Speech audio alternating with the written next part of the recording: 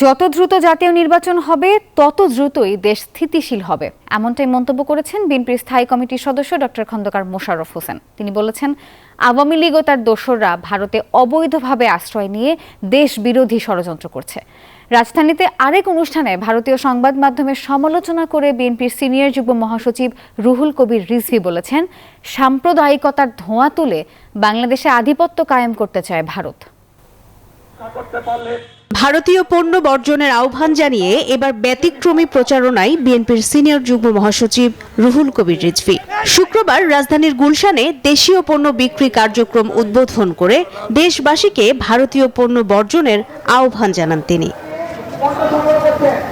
বলেন, ভারত যদি নিজেদের আচরণে পরিবর্তন না আনে তাহলে তাদের সাথে আগামীতে ব্যবসা বাণিজ্য হবে কিনা সেটা ভাবা হবে। এই গ্লোবালাইজ পৃথিবীতে একে অন্যের সাথে লেনদেন হয়, বাণিজ্য হয়, কিন্তু যারা ঘৃণা করে আমাদেরকে, যারা আমাদের দেশের প্রতি আগ্রাসন চালাতে উস্কানি দেয়, তাদের সাথে আমরা কোনো ব্যবসা বাণিজ্য করতে চাই না। এদিকে জাতীয় প্রেস ক্লাবে এক আলোচনায় বিএনপির স্থায়ী কমিটির সদস্য ডক্টর খন্দকার মোশাররফ হোসেন বলেন, বাংলাদেশে উস্কানি দিয়ে পরিস্থিতি ঘোলাটে করার চেষ্টা করা হচ্ছে। তারা আজকে অবশ্যই একটি দেশে আশ্রয় গ্রহণ করেছে এবং সেটা কিন্তু বৈধভাবে আশ্রয় গ্রহণ নয়, অবৈধভাবে একটি দেশে আছে। সেখান থেকে তারা ষড়যন্ত্র করবে এটা আমরা অবিশ্বাস করি না। কেননা তারা চেষ্টা করবে, তারা পতিত একটি স্বৈরাচারী সরকার, তারা চেষ্টা করবে বাংলাদেশে একটা অশান্তি সৃষ্টির জন্য, আমাদের মধ্যে বিভেদ সৃষ্টি করার জন্য।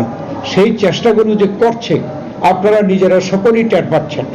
অন্তর্বর্তী সরকার প্রধান ডক্টর ইউনূসের উদ্যোগে জাতীয় ঐক্য বিএনপির দেয়া 31 দফারই প্রতিফলন, এমন মন্তব্য করেন বিএনপি নেতা আমানুল্লাহ আমান। আজকে অন্তর্বর্তীকালীন সরকারকে আমাদের সহযোগিতা করতে হবে। আজকে ষড়যন্ত্র শুরু হয়েছে, চক্রান্ত শুরু হয়েছে অন্তর্বর্তীকালীন সরকারের বিরুদ্ধে, দেশের বিরুদ্ধে, দেশের মানুষের বিরুদ্ধে, স্বাধীনতার বিরুদ্ধে, সার্বভৌমত্বের বিরুদ্ধে। অন্তর্বর্তী সরকার যাতে ব্যর্থ হয়, ষড়যন্ত্রকারীরা তার সব ধরনের চেষ্টা করবে বলেও মন্তব্য করেন বিএনপি নেতারা। আমাদের দেশকে রক্ষা করা। মারুফা রহমান, নিউজ 24, ঢাকা।